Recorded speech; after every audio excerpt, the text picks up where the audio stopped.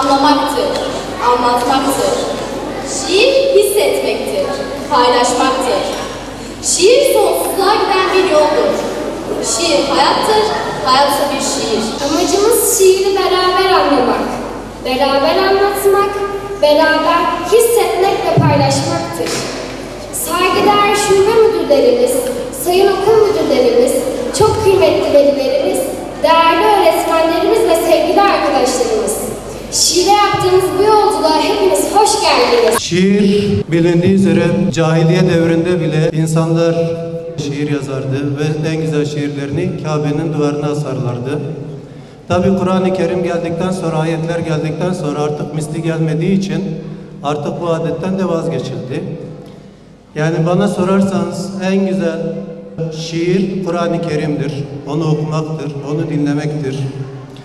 Ama onun dışında şiire baktığımız zaman bir düşünürün söylediği gibi şiir kalbin sözcüklere sirayet etmiş sihirli bir dokunuşudur.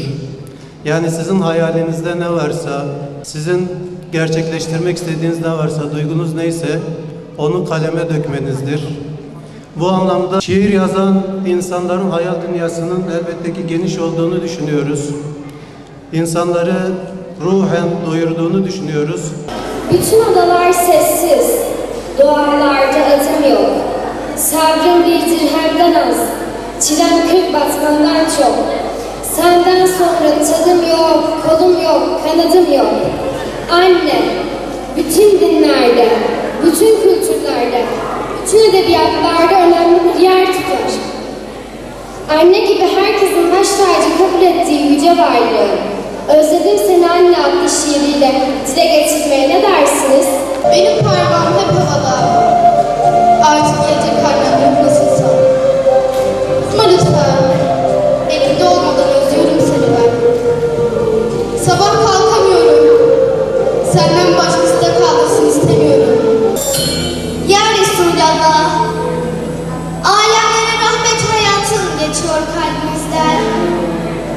Kalbimizden seyrediyoruz seni. İşte 1 yaşındasın, beni sağ yurdundasın. Sana süt anne olmadı kadınlar, bu yüzden dargın bulutlar. Bir damla yağmur indirmiyor, kıtlık hüküm sürüyor beni sağ yurdunda.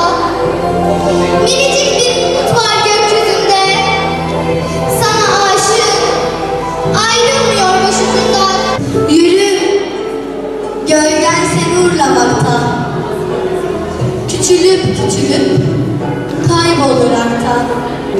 Kuru yaprak gibi eline düştü, İstersen rüzgara salıver gitsin.